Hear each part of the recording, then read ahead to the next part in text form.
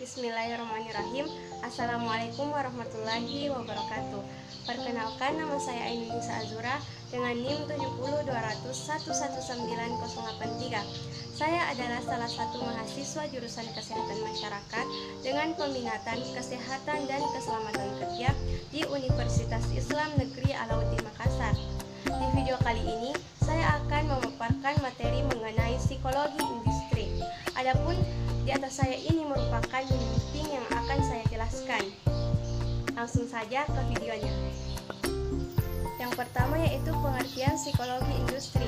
Psikologi sering diartikan atau disingkat psikologi sebagai ilmu jiwa, sedangkan psikologi industri adalah ilmu jiwa yang berhubungan dengan pekerjaan atau yang terjadi dalam industri.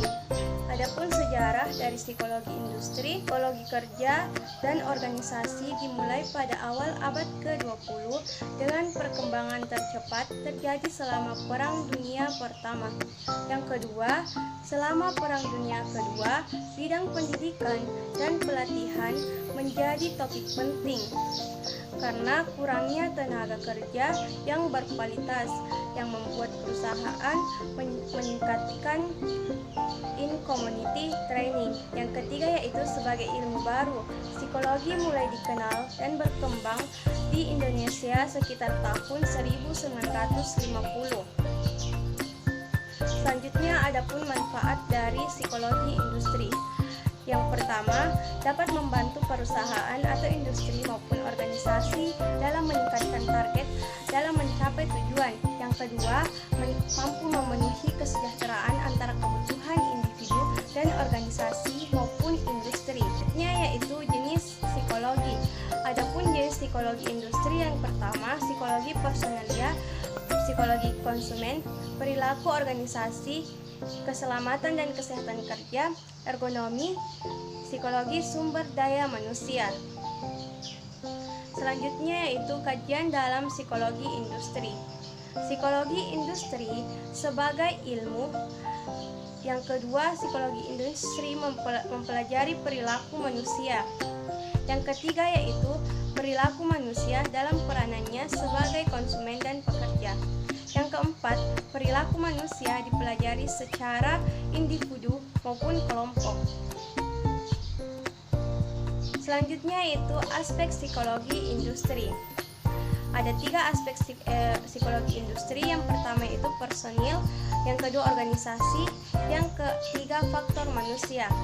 Adapun integrasi keislaman yang terkait pada psikologi industri yaitu pada Quran surah At-Taubah ayat 105 yang berbunyi, A'udzu billahi minasyaitonir rajim. Bismillahirrahmanirrahim. Faqul ya'malu fasayarallahu ala amalakum wa rasuluhu wal mu'minun fasaturaduna ila alimil ghaibi wasyahadati fayunabbi'ukum bima kuntum ta'malun.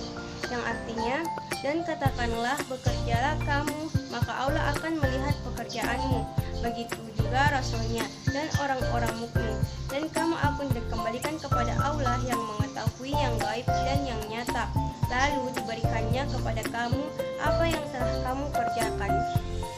Materi yang kedua yaitu motivasi kerja. Pengertian motivasi kerja. Motivasi berasal dari kata Latin mover yang berarti dorongan atau daya penggerak. Motivasi ini diberikan kepada manusia, khususnya kepada para bawahan atau pengikut. Adapun pengertian dari kerja yaitu sejumlah aktivitas fisik dan mental untuk menggerakkan sesuatu pekerjaan.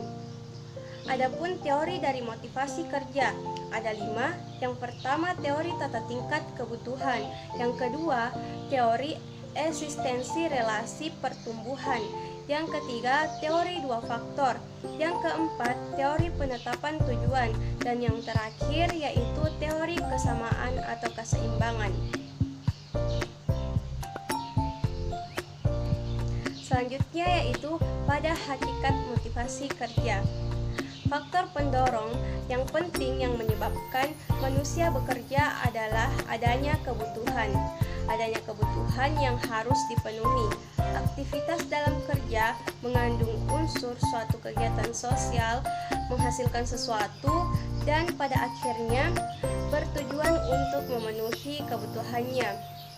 Namun demikian, di balik tujuan yang tidak langsung tersebut, orang bekerja untuk mendapatkan jabatan atau imbalan yang berupa upah atau gaji dari hasil kerjanya itu.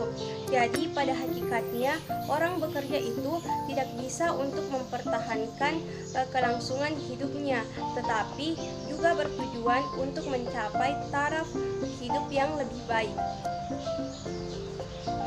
Adapun hubungan motivasi kerja dengan job performance, yaitu bila motivasi kerja rendah, maka job performance akan rendah pula meskipun kemampuannya ada dan baik serta peluangnya pun tersedia. Selanjutnya yaitu job performance. Job performance yaitu merupakan hasil kerja secara kualitas maupun kuantitas yang dicapai pada seorang pegawai saat melakukan fungsinya sesuai dengan tanggung jawab yang diberikan kepadanya. Adapun faktor-faktor yang mempengaruhi job performance yaitu yang pertama yaitu kemampuan, yang kedua motivasi, yang ketiga dukungan yang diterima, yang keempat keberadaan pekerjaan yang mereka lakukan, dan yang terakhir adalah hubungan antara rekan kerja dengan pimpinan. Indikator kinerja yang pertama yaitu kualitas kerja, yang kedua kuantitas kerja, dan yang terakhir adalah ketetapan kerja. Adapun manfaat dari penilaian job performance, yang pertama yaitu perbaikan prestasi kerja, yang kedua penyelesaian kompensasi, yang ketiga evaluasi prestasi kerja, dan yang keempat yaitu keputusan penetapan, yang kelima kebutuhan latihan dan pengembangan prestasi kerja yang buruk. Materi yang keempat yaitu kepemimpinan. Pengertian kepemimpinan secara harfiah berasal dari kata pimpin. Kata pimpin ini mengandung pengertian mengarahkan, membina atau mengatur, menuntun, dan juga menunjukkan ataupun mempengaruhi seseorang. Selanjutnya yaitu tipe-tipe kepemimpinan. Ada dua tipe kepemimpinan, yang pertama yaitu tipe otoriter, yang kedua tipe demokratik, dan yang selanjutnya yaitu ciri-ciri kepemimpinan. Adapun ciri-ciri dari kepemimpinan yaitu keinginan untuk menerima tanggung jawab, yang kedua kemampuan untuk menentukan prioritas, yang ketiga kemampuan untuk berkomunikasi dengan baik, yang terakhir yaitu kemampuan untuk memberikan dan menerima informasi. Materi selanjutnya yaitu stres kerja di tempat kerja dan bagaimana cara pengelolaan stres. Yang pertama yaitu pengertian stres. Stres adalah suatu keadaan tertekan baik secara fisik maupun psikologis. Stres kerja adalah suatu kondisi sebagai kelebihan, permintaan dan tekanan yang meluap-luap yang membuat ketidakseimbangan fisik dan mental yang mempengaruhi perasaan, cara pandang, dan keadaan seseorang pekerja. Selanjutnya yaitu faktor stres. Faktor stres kerja yang pertama yaitu ada faktor lingkungan, yang kedua faktor perusahaan, yang ketiga faktor individu atau kondisi di luar lingkungan kerja. Selanjutnya yaitu gejala-gejala akibat stres kerja terhadap karyawan. Menurut Robbins 2017, dampak stres kerja terdiri atas 3 kategori secara umum, yaitu yang pertama gejala fisik, yang kedua gejala psikologis, yang ketiga yaitu gejala perilaku. Adapun cara pengelolaan stres, yang pertama yaitu pendekatan individu. Pendekatan individu ini meliputi meningkatkan keimanan, yang kedua melakukan meditasi dan pemanasan, yang ketiga melakukan kegiatan olahraga. Yang kedua yaitu pendekatan perusahaan, meliputi melakukan perbaikan iklim organisasi. Yang kedua melakukan perbaikan terhadap lingkungan kerja atau fisik. Yang ketiga yaitu menyediakan sarana olahraga. Materi selanjutnya yaitu konflik kerja dan cara pengelolaannya. Konflik kerja adalah suatu proses yang dinamis yang terjadi karena pertentangan yang tidak hanya disebabkan oleh orang lain, tetapi juga berasal dari diri sendiri. Adapun macam-macam konflik, ada dua, konflik fungsional dan konflik disfungsional. Konflik fungsional yaitu konflik yang mendukung pencapaian tujuan kelompok, sedangkan konflik disfungsional yaitu konflik yang mengurangi pencapaian tujuan kelompok. Adapun sumber konflik, yang pertama konflik dalam diri individu, yang kedua konflik antara individu dan organisasi yang sama, yang ketiga konflik antara individu dan kelompok, yang keempat konflik antara kelompok dalam organisasi yang sama, dan yang terakhir yaitu konflik antara organisasi. Adapun dampak konflik yang positif yaitu dapat meningkatkan ketertiban dan kedisiplinan jam kerja. Yang kedua, meningkatkan kemitraan yang produktif. Sedangkan dampak negatifnya yaitu meningkatkan ketidakhadiran karyawan dan seringnya absen selama jam kerja. Yang kedua, banyaknya karyawan yang mengeluh karena sikap atau perilaku rekan kerja yang tidak adil. Selanjutnya, cara pengelolaan konflik. Ada 3 metode yang digunakan untuk pengelolaan konflik. Yang pertama, metode stimulasi konflik. Yang kedua, metode pengurangan konflik. Yang ketiga, metode penyelesaian konflik. Selanjutnya, materi ke-7 yaitu kepuasan kerja. Pengertian kepuasan kerja pada dasarnya merupakan salah satu aspek psikologi yang mencerminkan perasaan seseorang terhadap pekerjaannya. Ia akan merasa puas dengan adanya kesesuaian antara kemampuan, keterampilan, dan harapannya dengan pekerjaan yang ia hadapi. Selanjutnya itu faktor yang mempengaruhi kepuasan kerja. Yang pertama yaitu faktor psikologi, yang kedua faktor fisik, yang ketiga faktor finansial, dan yang keempat faktor sosial. Adapun dampak kepuasan kerja, dampak terhadap produktivitas, dampak terhadap ketidakhadiran, dampak terhadap kesehatan.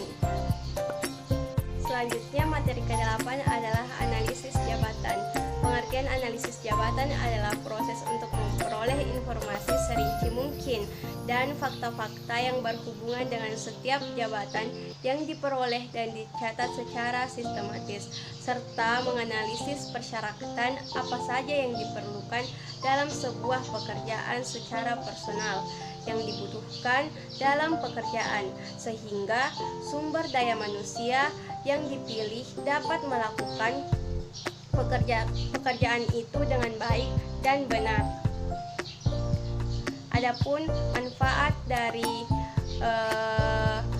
analisis jabatan yaitu penarikan, yaitu seleksi dan penempatan pegawai. Yang kedua, sebagai petunjuk dasar dalam penyusunan program latihan dan pengembangan. Yang ketiga, menilai kinerja atau pelaksanaan kerja. Yang keempat, memperbaiki cara kerja pegawai. Adapun tahapan dari analisis jabatan, yang pertama yaitu persiapan dan perencanaan, yang kedua pengumpulan data, dan yang terakhir yaitu pengelolaan data, yaitu seleksi dan penempatan kerja.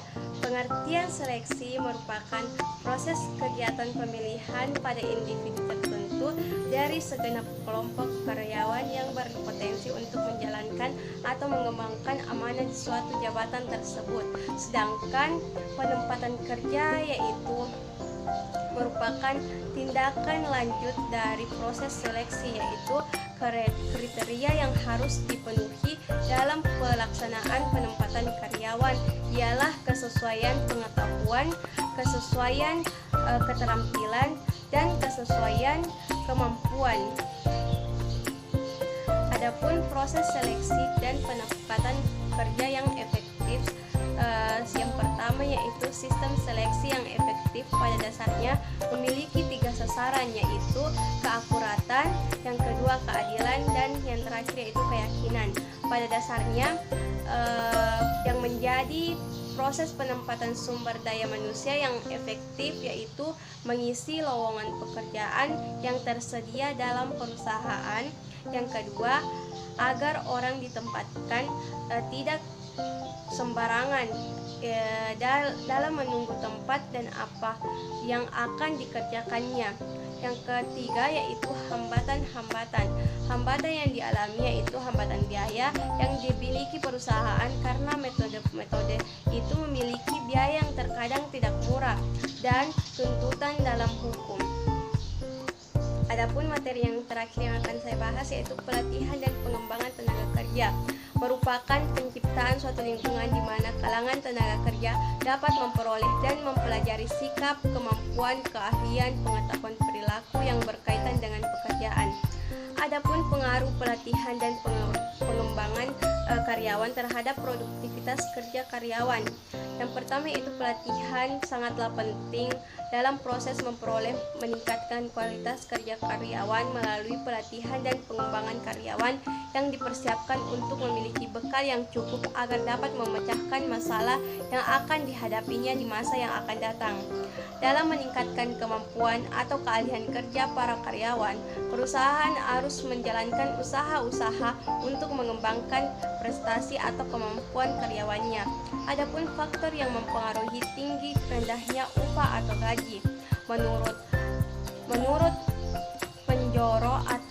Panjoro atau SWOT pada tahun 2006, terdapat beberapa faktor yang mempengaruhi tingkat tinggi rendahnya upah, antara lain penawaran dan peminatan kerja, organisasi buruh, kemampuan untuk membayar. Adapun faktor-faktor kinerja karyawan antara lain jumlah dan komposisi dan dari kompensasi yang diberikan, penempatan kerja yang tepat, dan pelatihan promosi. Mungkin itulah materi yang dapat saya sampaikan. Kurang dan lebihnya mohon dimaafkan. Wabillahi taufiq wal hidayah. Wassalamualaikum warahmatullahi wabarakatuh.